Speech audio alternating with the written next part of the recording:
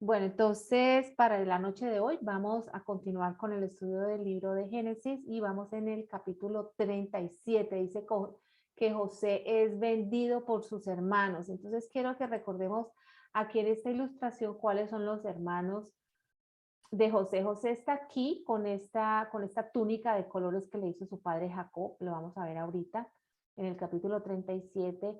Y vamos a tener en cuenta que uno de los personajes que se van a mencionar en este capítulo van a ser Rubén y Levi, perdón, no, Judá. Rubén y Judá, esos hermanos son hijos de Lía. Se van a mencionar los hijos de Sirpa y los hijos de Bila. Obviamente no se va a mencionar Benjamín porque Benjamín era menor que José y los hermanos que van a estar comprometidos en este capítulo van a ser precisamente los hermanos mayores de José. Entonces, importante que tengamos en cuenta esto, la participación de estos hermanos en los eventos que van a ocurrir ahora en este capítulo. Otro punto importante que debemos entender es que a partir de ahora es importante que comencemos a tener como un entendimiento de lo que era el carácter de José, qué tipo de personaje era José. A pesar de que él apenas tiene 17 años, está muy joven aquí en este momento de su vida, comencemos a identificar algunos aspectos muy valiosos que manifiestan y demuestran qué tipo de persona a tan temprana edad era José. Y lo más importante que tengamos en cuenta es que todo lo que le ocurre a José a partir de este momento, vamos a ver una serie de acontecimientos que son tejidos y que son orquestados y que definitivamente pues nos dicen acerca del poder y la soberanía y el control que tiene Dios sobre todos los asuntos de nuestra vida. En algunos aspectos podríamos identificarnos con José como cualquier otro personaje de la Biblia para aprender acerca de nosotros, acerca de esta persona, pero también es importante que tengamos en cuenta que todo lo que José era y todo lo que él hacía era porque Dios lo había escogido a él para cumplir con una misión, para cumplir con un propósito. Entonces, arrancando aquí desde el versículo 1, dice que habitó entonces Jacob en la tierra donde había morado su padre, en la tierra de Canaán. Hasta este momento debemos recordar que ellos están habitando en esta tierra de Canaán, pero ellos son nómadas. Ellos están allí realmente de visita, de paso. Ellos todavía no han conquistado la tierra de Canaán. Esta profecía y esta promesa que Dios le ha hecho a Abraham, a Isaac, a Jacob, no se ha cumplido todavía. Ellos todavía tienen que estar en tierra de Egipto por más de 400 años bajo servidumbre y esclavitud. Después van a ir al desierto por 70 años y después de eso es que Dios los va a llamar a conquistar la tierra de Canaán. Entonces, en este momento, las familias o las culturas o las naciones que son todos descendientes y hermanos y tíos y primos, recordemos de los familiares de Abraham, de los descendientes de Noé, todo este tipo de naciones son completamente paganas, tienen prácticas completamente abominables que ni siquiera nos podemos nosotros alcanzar a imaginar lo horrorosas de esas prácticas y todo ofrecido a demonios y a Satanás. Dios está llamando aquí a este pueblo, a Abraham, Isaac, Jacob y a sus 12 hijos a que sean un pueblo y una nación santa, pero no se van a convertir en un pueblo todavía hasta que no llegue Moisés, los libere de Egipto por el poder de Dios, la mano de Dios, y ellos les sean entregados las tablas de la ley, todos los requerimientos que una nación debe tener y la estrategia para que ellos puedan conquistar Canaán. Y recordemos que para ser una nación necesitan, parte de eso es una tierra, y va a ser la tierra de Canaán. Entonces eso va a ocurrir, digamos que 500 años o más después de lo que estamos leyendo en este momento. Entonces ellos están en tierra de Canaán, pero no es que ellos estén allá, hayan poseído la tierra de Canaán. Entonces dice que esta es la historia de la familia de Jacob. ¿Por qué es la historia de la familia de Jacob? Porque a partir de lo que vamos a estudiar en este capítulo, vamos a darnos cuenta que hay una serie de acontecimientos que se van a comenzar a dar, que van a dirigir hacia cierto rumbo, con cierto propósito. De los 12 hijos de Jacob, uno que es José, va a ser escogido para una misión específica. Y esa misión específica, que algunos que ya han leído la Biblia y el libro de Génesis ya lo saben, va a ser precisamente salvar la supervivencia del pueblo de Israel.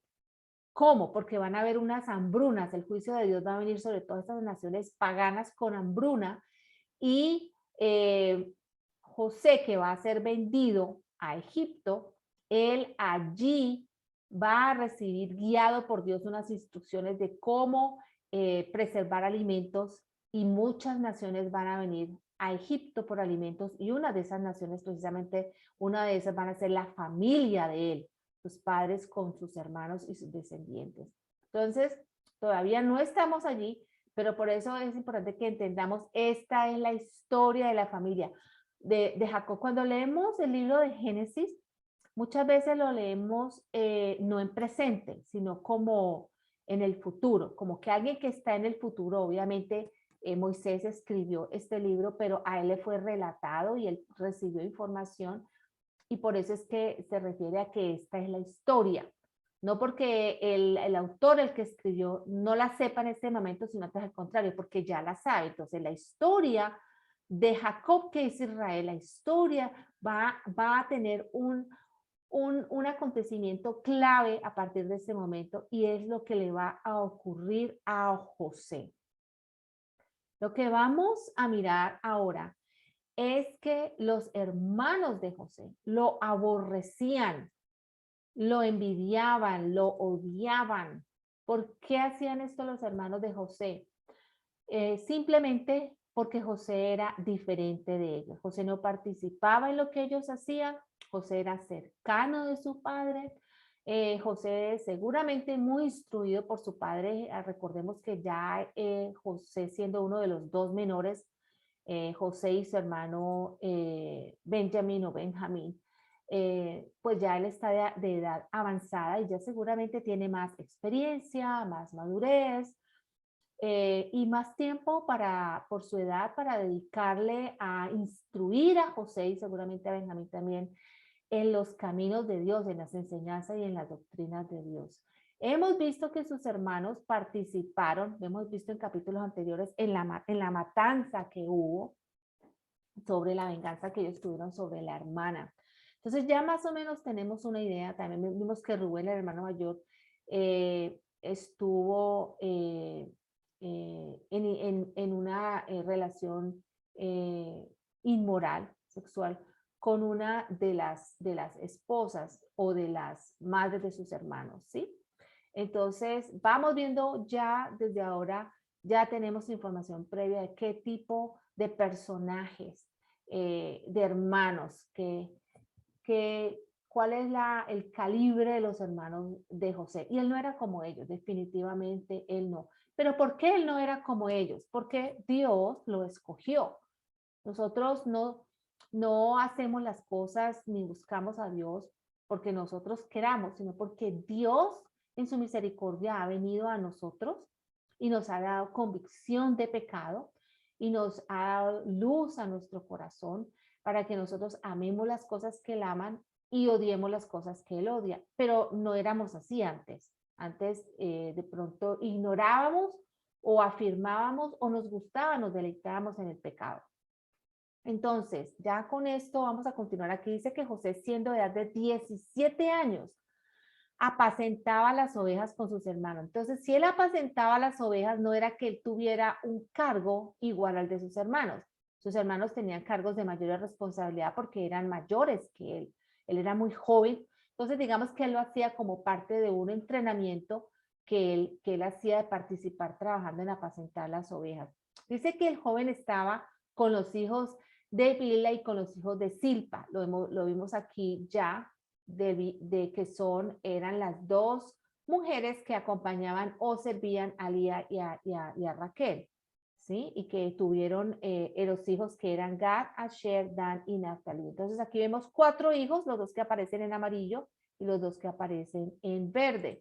Entonces dice que él apacentaba las ovejas y estaba con los hijos de estas 2 mujeres, o sea, estos 4 hijos, mujeres de su padre, e informaba José a su padre la mala fama de ellos. La mala fama, es decir, que había algo que ellos hacían que no era aprobado por su padre, que no era aprobado por Dios, que José tenía entendimiento a temprana edad de qué era eso, pero además tengamos en cuenta que él informaba. Entonces ya esto lo hacía a él automáticamente un enemigo de sus propios hermanos. Muy seguramente le tenían rabia y envidia a su hermano. Dice que amaba Israel, o sea, Jacob, a José más que a todos sus hijos, porque lo había tenido en su vejez, y le hizo una túnica de diversos colores. Algunos que interpretan lo de esta túnica de diversos colores se refieren a que esta túnica podría ser una manera simbólica de autoridad, de reinado, de superioridad. Entonces, en el momento en que ya él le hace esta túnica de diversos colores a José, ya está su padre colocándolo en una posición diferente al resto de sus hijos. Y ya nos podemos imaginar la ira que ellos podían sentir, la envidia, la rabia que ellos podían sentir por lo que su padre hacía hacia José y por lo que José informaba a su padre de esa mala fama. Podemos ver que el informarle de su padre, vemos que hay una relación de mucha cercanía de José con su padre.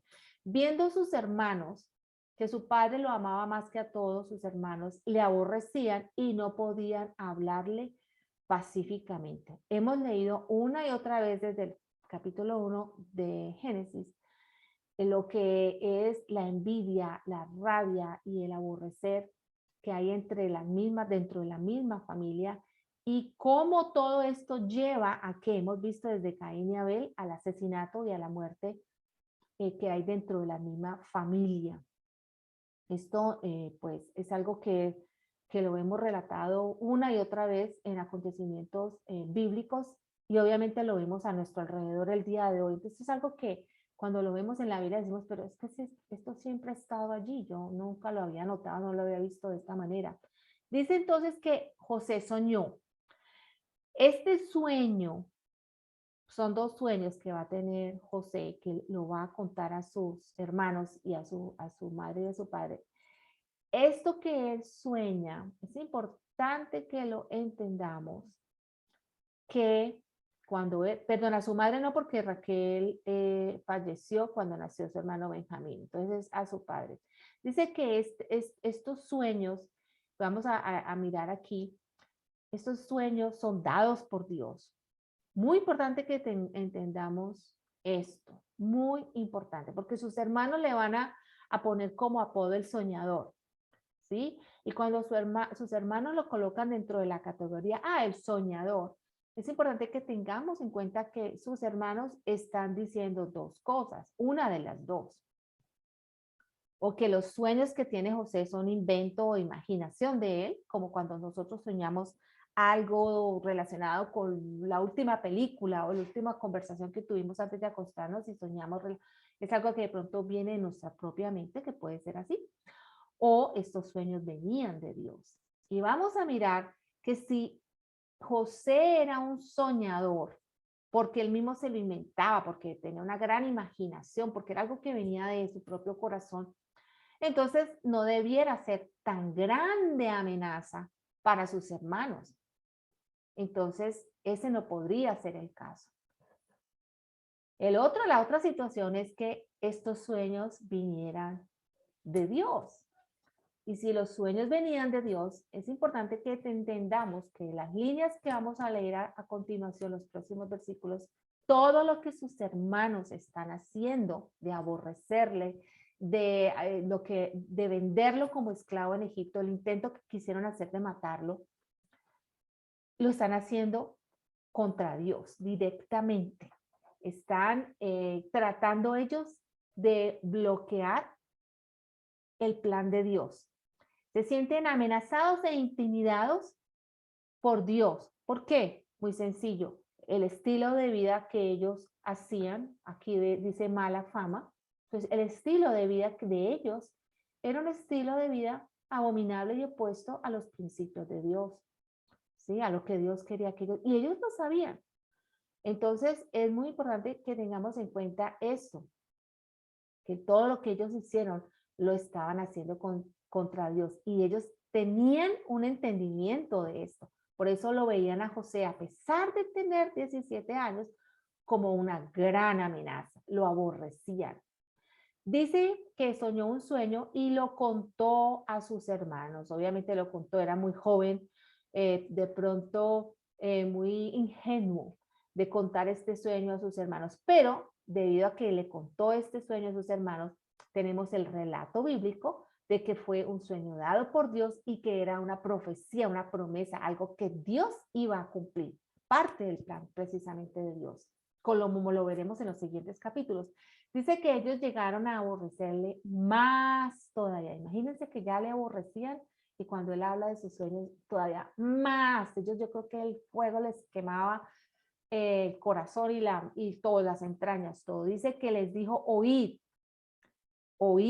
ahora este sueño que he soñado. He aquí que atábamos manojos en medio del campo y he aquí que mi manojo se levantaba y estaba derecho y que vuestros manojos estaban alrededor y se inclinaban al mío. Entonces esta palabra inclinaban significa que en el sueño, obviamente todos sus hermanos entendieron que este sueño, él estaba diciendo que todos ellos se iban a inclinar a él, autoridad. Iban a haber circunstancias dentro en un futuro en las cuales ellos se inclinarían en reverencia porque él tendría autoridad sobre ellos. Obviamente esto se cumple. Este primer sueño está relacionado entre José y sus hermanos. Le respondieron sus hermanos, ¿reinarás tú sobre nosotros o señorearás sobre nosotros? Obviamente ellos están respondiendo ellos mismos, no, ¿sí? No, esto no va a ocurrir, nosotros no lo vamos a permitir. Le aborrecieron aún más a causa de sus sueños y sus palabras. Soñó aún otro sueño y lo contó a sus hermanos diciendo, he aquí que he soñado otro sueño, he aquí que el sol, la luna y 11 estrellas se inclinaban a mí. Este segundo sueño incluye a su padre, a su madre y las 11 estrellas y se inclinaban a mí y lo contó a su padre, a sus hermanos, y su padre le reprendió y le dijo, ¿qué sueño es este que soñaste? ¿Acaso vendremos yo y tu madre y tus hermanos a postrarnos en tierra ante ti? Y sus hermanos le tenían envidia, más envidia, mas su padre meditaba en esto. Entonces, bueno, si miramos en la palabra de Dios una y otra vez, la envidia es la raíz de muchos problemas. Es lo que alimenta la maldad. Es lo que justifica que muchas personas hagan lo que hacen, los oprobios, las cosas terribles e injusticia, porque la envidia los carcome y no pueden tolerar la envidia y por eso tienen que destruir y hacer daño a las personas que ellos envidian. Su padre dice que meditaba en esto. Entonces, ¿por qué su padre meditaba en esto? A pesar de que su padre le dice, ¿acaso nosotros nos vamos a postrar delante de ti? Como un cuestionamiento, como una confrontación. De todas maneras, su padre meditaba. ¿Por qué creemos creer que su padre meditaba en esto? Bueno, es posible que él haya meditado en eso porque él también tuvo sueños que Dios le dio.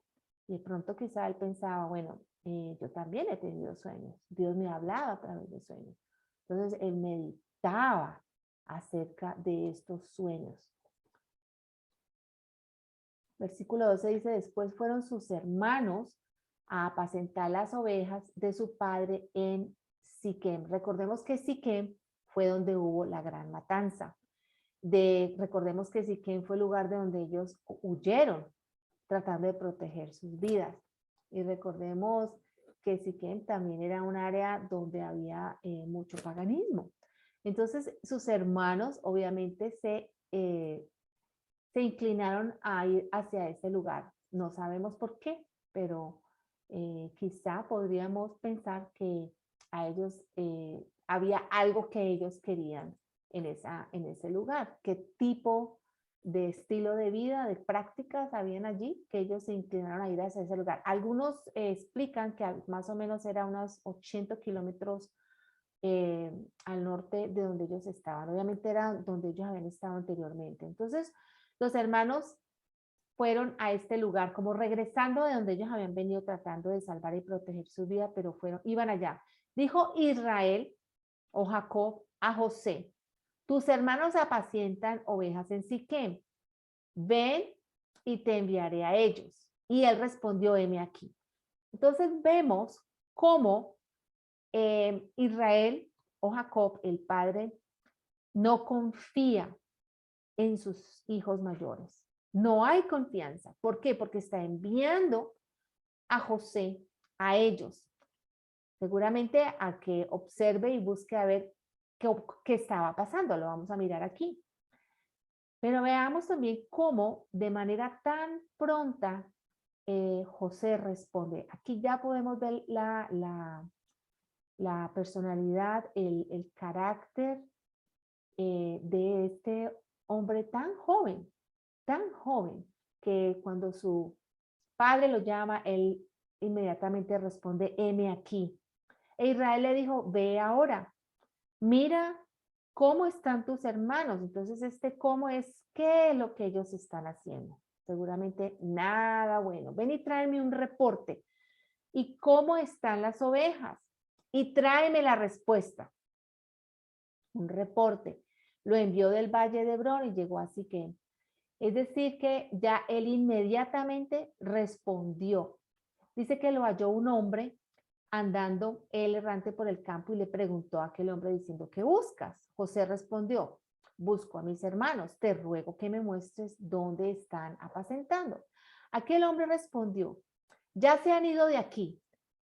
Y yo les oí decir: vamos a Dotán. Dotán estaba 20 kilómetros mucho más al norte y al este de Siquem. O sea que José ahí tiene que tomar la determinación: ¿me regreso o continúo yendo más lejos de mi casa? Y fíjense que aquí está José en camino de peligro todo el tiempo, no solamente porque había peligro por los animales o las bestias, porque era una región salvaje, sino que también porque estaba acercándose a Siquem, que era un área de peligro eminente, ya lo vimos anteriormente en los otros capítulos, y también porque sus hermanos lo odiaban. Entonces, aquí está corriendo José hacia el peligro, pero aún así, aunque nosotros podemos ver esto claramente, Dios tenía el control y además de eso un propósito. Otra cosa que nos vamos a ir acercando en la lectura de este capítulo, es importante que entendamos que lo que le va a pasar y ocurrir a José cuando sus hermanos tratan de matarlo, pero que realmente lo que lograron fue venderlo como esclavo, es injusticia. José es víctima de una injusticia ocasionada por sus hermanos. Él no se ganó esto, él no lo merecía, pero Dios lo permitió con un propósito. Vamos a Dotán. Entonces ya José va camino a Dotán a encontrarse con sus hermanos y obviamente allí los va a encontrar. Entonces José fue tras sus hermanos, los ayudó en Dotán. Cuando ellos lo vieron de lejos, lo ven de lejos que va viniendo y lo identifican seguramente, como vamos a ver aquí, le vieron ¿qué? Le vieron su túnica de colores, lo identificaron, su manera de vestirse. Otros que interpretan o tratan de entender la escritura, dicen que el hecho de que José estuviera usando la túnica significaba que él no estaba haciendo trabajo duro, es decir, él tenía como otra posición, una posición de mayor autoridad, el hecho de que la estuviera usándola, ¿sí? Dice que cuando ellos lo vieron de lejos, antes que llegara cerca, ellos conspiraron contra él para matarle. Entonces aquí vemos la palabra conspiración que se menciona tantas veces en la Biblia. Esta conspiración es cuando secretamente un grupo de personas se reúnen para hacer algo malo, algo que Dios no aprueba, y que lo hacen primero porque no tienen temor de Dios, segundo porque están llenos de odio, y tercero porque creen que Dios no los está escuchando y que lo están haciendo a escondidas de las personas y que nadie se está dando cuenta, pero Dios sí se está dando cuenta. Entonces, una conspiración siempre va a ser en contra de alguien, hacerle daño a alguien con la intención de dañarle, de hacerle daño o de matarle. Esto es muy común, lo vemos hoy día, estamos rodeados de esto, de planes macabros y malévolos, intencionales de personas o grupos de personas que se reúnen para destruir a otras. Esto es algo muy normal y ocurría, lo vemos claramente en esa época también. Dijeron el uno al otro, he aquí, viene el soñador. Entonces, ¿qué soñador creen ellos que es en este momento? Podría ser el soñador que se inventa los sueños con gran imaginación o el soñador al cual Dios le está dando sueños, le está revelando. Y si ese es el tipo de soñador, lo que ellos van a hacer o intentan hacer es contra Dios. Ahora pues, venid, matémosle, echémosle en una cisterna. Supuestamente en la cisterna va a haber agua y él se va a morir allí ahogado. Diremos, alguna mala bestia, este es el plan, lo van a tirar a la cisterna y van a decir que una mala bestia lo devoró. Y era posiblemente una versión muy creíble, porque de pronto ocurría muchas veces a personas que no se podían proteger ellos a sí mismos, eran víctimas de animales salvajes, ¿sí? Vamos a decir que una mala bestia lo devoró y veremos qué será de sus sueños. O sea, ellos están cometiendo aquí una gran injusticia, pero según ellos, como hacen una persona que planea hacer algo malo, según ellos están resolviendo y quitándose de encima un problema. Lo que ellos no se están dando cuenta es que ellos forman parte del plan de Dios. Y sí, es muy importante que entendamos que una persona, por muy mala que sea, puede ser parte del plan de Dios. Precisamente un instrumento que Dios utiliza para cumplir un propósito que Él tiene, que es perfecto, bueno y santo y justo.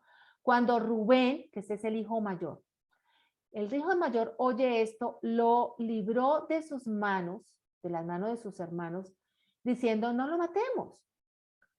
Y les dijo Rubén, no derraméis sangre, echadlo en esta cisterna que está en el desierto y no pongáis mano en él, por librarlo así de sus hermanos para hacerlo volver a su padre. Entonces, ¿cuál es el plan de Rubén? Que José regrese a su padre, que se salve de la cisterna y obviamente no derramar sangre, ¿qué? Sangre inocente. Ya que de alguna manera Rubén tiene entendimiento y claridad que lo que van a hacer sus hermanos es injusticia y que esto va a tener unas consecuencias fuertes, porque hay un Dios que está viendo todo lo que está ocurriendo. Entonces les dice, no pongáis mano en él. Pero vamos a ver qué pasa, que Rubén no va a estar allí cuando sus hermanos lo vendan. ¿Por qué Rubén no está allí? Es decir, vamos a mirar la situación de Rubén. Como hermano mayor, él estaba supuesto a ser el líder, estaba supuesto a proteger a un inocente, a alguien que no podía defenderse por sí mismo, que era su hermano, uno de sus hermanos menores, José. Y simplemente habló y dijo, no lo maten, ¿sí? Más bien en lugar de eso, colóquenlo en la cisterna.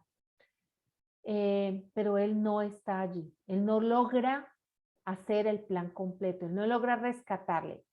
¿Qué significa? Cuando nosotros estamos frente a situaciones en las cuales tenemos una posición de liderazgo o de autoridad, nosotros estamos obligados no solamente a decir no hagan esto, sino que además debemos actuar en miras a proteger la vida de los inocentes. Debemos hacer todo nuestro esfuerzo, todo lo que esté en nuestras manos para proteger a las personas que están indefensas o impedir que se cometa injusticia contra otros. Debemos luchar por eso, no solamente hablar con nuestra boca y decir no derramen sangre, ¿sí? Sucede pues que cuando llegó José a sus hermanos, en este momento no está Rubén, ellos quitaron a José su túnica. Imagínense esto, le quitan la túnica. Ya podemos imaginarnos qué va a ocurrir a continuación. Le quitan la túnica, que lo voy a señalar con azul. Ok. La túnica de colores que tenía sobre sí. O sea que él está utilizando la túnica. Le tomaron y le echaron en la cisterna, pero, aquí vemos la mano de Dios, no por casualidad, la cisterna no tenía agua, estaba vacía. Dios no iba a permitir que él se ahogara allí. Se sentaron a comer pan. Fíjense lo frío, sus corazones tan endurecidos. Seguramente José estaba allí, lo vamos a ver en los capítulos a continuación más adelante, que los hermanos reconocen que José estaba rogándoles y suplicándoles que lo sacaran de allí. Él seguramente estaba dando gritos, sáquenme de aquí. Pero no, ellos se sentaron a comer el pan tranquilamente, como si nada estuviera pasando. Alzando los ojos miraron y he aquí una compañía de ismaelitas que venía de Galaad y sus camellos traían aromas, bálsamo, mirra e iban a Egipto. Estos grupos de ismaelitas y madianitas, vemos, son descendientes de Ismael y de Madián, ¿sí? Descendencias de Abraham. Entonces, este tipo de tribus o de culturas estaban precisamente en todas esas áreas y ellos iban camino a Egipto. Entonces, Judá, que es otro de los hermanos mayores, como lo hemos visto aquí, Judá, hijo de Lía, dijo a sus hermanos, ¿qué provecho hay en que matemos a nuestro hermano? O sea, qué bueno esto puede producir. Él está como tratando de convencerlos, de venderles la idea, no vale la pena, no vale la pena que lo matemos. O sea, él no está diciendo esto es una abominación, no podemos hacer esto, esta injusticia contra él, él no lo ha merecido, no, simplemente, bueno, ¿qué provecho? Trata como de convencerlos, quizá por temor, no lo sabemos cuál fue su motivación para decir esto, pero él dice, ¿qué provecho hay que lo matemos? Y encubramos su muerte. Venid y vendámosle a los ismaelitas. A algunos podrían pensar que no fue tan mala la propuesta de Judá de ofrecer vender a José como un esclavo. Pero para Dios esto no es aceptable. Para Dios es abominable que se haga esto. Quiero que miremos aquí en Deuteronomio. Deuteronomio habla ya de las leyes que da Dios al pueblo de Israel por medio de Moisés.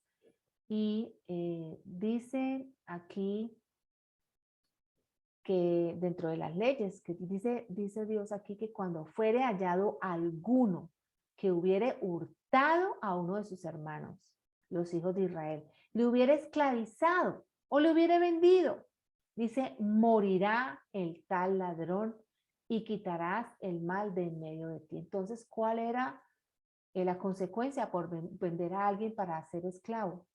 La pena capital. Lo vemos aquí. Entonces, la idea de Judá no fue muy buena.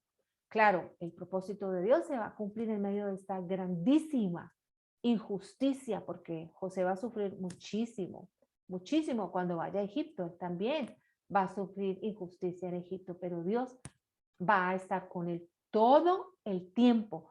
Una persona puede pasar por pruebas duras, por situaciones de adversidad muy fuertes por muchos años, 10, 20, 30 años, 50, 70 años, pero Dios puede estar con nosotros.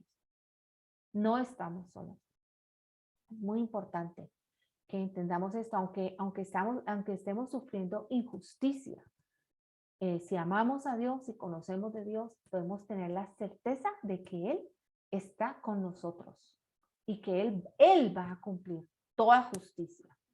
Dice, venid y venta, esta es la idea de Judá, vendámosle a los ismaelitas y no sea nuestra mano sobre él, porque él es nuestro hermano, nuestra propia carne. Y sus hermanos convinieron con él.